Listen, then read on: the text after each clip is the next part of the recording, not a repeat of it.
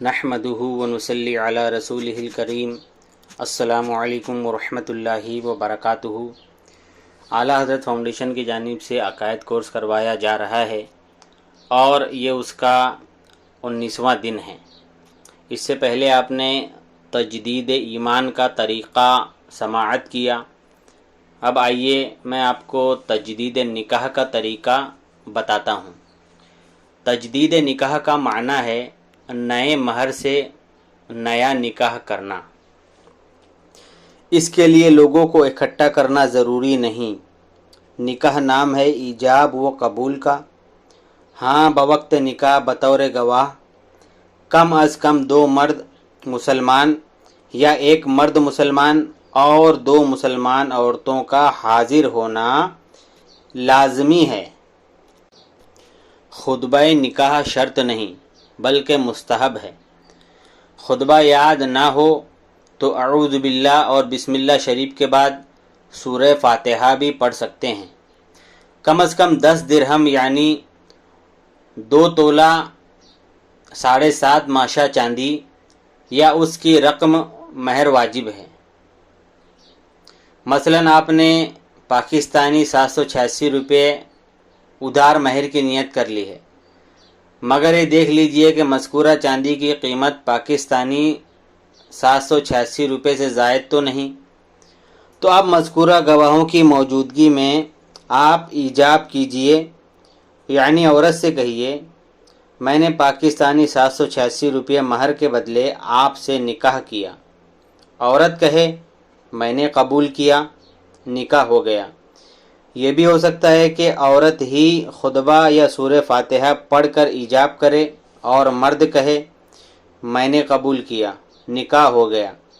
بعد نکاح اگر عورت چاہے تو مہر معاف بھی کر سکتی ہے، مگر مرد بلا حاجت شرعی عورت سے مہر معاف کرنے کا سوال نہ کرے۔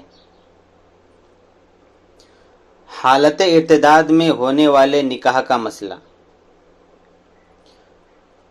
مرتد ہو جانے کے بعد کوئی شخص اگرچہ بظاہر نیک راستے پر آ گیا، داڑھی، زلفیں، عمامہ اور سنتوں بھرے لباس سے بھی آراستہ ہو گیا، مگر اس نے اپنے اس کفر سے توبہ و تجدید ایمان نہ کیا تو بدستور مرتد ہے۔ توبہ و تجدید ایمان سے پہلے جو بھی نیک عمل کیا وہ مقبول نہیں۔ بیعت کی تو نہ ہوئی، یہاں تک کہ اگر نکاح بھی کیا تو نہ ہوا۔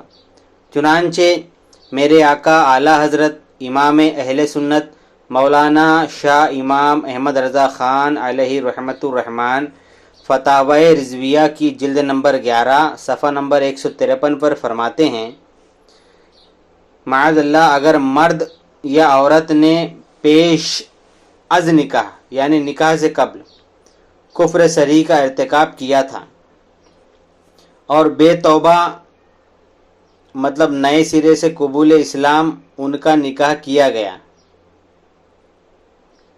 تو قطعاً نکاح باطل اور اس سے جو اولاد ہوگی ولد الزنا۔ اس کا مطلب یہ ہو گیا کہ اگر مرد یا عورت میں سے کسی نے یا دونوں نے نکاح سے پہلے کوئی کفر کیا ہو اور اس کی توبہ نہ کی ہو، اس کفر پر توبہ نہ کی ہو بلکہ بنا توبہ کیے ہی نکاح ہو گیا تو یہ نکاح بھی باطل ہوگا، مطلب نکاح ہوگا ہی نہیں، اور اس سے جو اولاد پیدا ہوگی وہ ناجائز اولاد ہوگی۔ اسی طرح اگر بعد نکاح ان میں کوئی معاذ اللہ مرتد ہو گیا اور اس کے بعد کے جماع سے اولاد ہوئی تو وہ بھی حرامی ہوگی، ناجائز اولاد ہوگی۔ لہٰذا کسی نے ارتداد کے بعد اگر نکاح کیا ہو اور نکاح کے بعد اگرچہ توبہ و تجدید ایمان کر چکا ہو تو بھی اب نئے سرے سے نکاح کرنا ہوگا۔ اس کے لیے دھوم دھام شرط نہیں، گھر کی 4 دیواری میں بھی نکاح ہو سکتا ہے۔ اس کا طریقہ آگے گزر چکا ہے۔ ہاں، اگر لوگوں کے سامنے مرتد ہوا تھا اور پھر اسی حال میں نکاح کیا تھا تو پھر سب کے سامنے توبہ و تجدید ایمان و تجدید نکاح کرنا ہوگا۔ حدیث پاک میں ہے کہ رسول اکرم صلی اللہ علیہ وسلم نے ارشاد فرمایا جب تم کوئی گناہ کرو تو اس سے توبہ کر لو،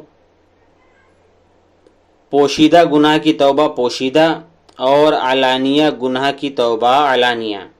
مطلب اگر آپ نے گناہ کیا جو صرف آپ کو ہی پتہ ہے کہ آپ نے گناہ کیا تو توبہ بھی اس کی آپ پوشیدہ طور پر کر لیں، اور اگر کوئی ایسا گناہ آپ نے کیا جو سب کے سامنے کیا تو آپ کو توبہ بھی سب کے سامنے مانگنا پڑے گا۔ احتیاطی تجدید ایمان کب کب کریں؟ ہمارا مشورہ یہ ہے کہ روزانہ کم از کم ایک بار، مثلاً سونے سے قبل یا جب چاہیں، احتیاطی توبہ و تجدید ایمان کر لیجئے، اور اگر بآسانی گواہ دستیاب ہوں تو میاں بیوی توبہ کر کے گھر کے اندر ہی کبھی کبھی احتیاطاً تجدید نکاح کی ترکیب بھی کر لیا کریں۔ ماں باپ، بہن بھائی اور اولاد وغیرہ عاقل و بالغ مسلمان مرد و عورت نکاح کے گواہ بن سکتے ہیں۔ احتیاطی تجدید نکاح بالکل مفت ہے، اس کے لیے مہر کی بھی ضرورت نہیں ہے۔ تو میرے پیارے سنی مسلمان بھائیوں اور بہنوں، آپ نے یہ سن لیا تجدید نکاح کا طریقہ، یہ بہت ہی اہم ہے۔ اور اسی طریقے سے تجدید بیعت بھی ہوتی ہے، مطلب آپ کسی پیر صاحب سے مرید تھے لیکن آپ نے معاذ اللہ کفر کیا تو آپ کا ایمان بھی گیا، نکاح بھی گیا اور بیعت بھی ختم ہو گئی۔ تو تجدید ایمان، تجدید نکاح کے بعد آپ کو تجدید بیعت بھی کرنا چاہیے، نہیں تو آپ مرید نہیں کہلائیں گے، تو آپ کو پھر سے اس پیر صاحب سے آپ کو مرید ہونا پڑے گا۔ تو امید کرتا ہوں کہ آپ کو سمجھ میں آ گیا ہوگا۔ اللہ تعالیٰ سے دعا ہے کہ کہنے میں جو بھی غلطی ہو گئی اللہ تعالیٰ معاف فرمائے۔ استغفر اللہ ربی من کل ذنب و اتوب الیہ۔ السلام علیکم ورحمۃ اللہ وبرکاتہ۔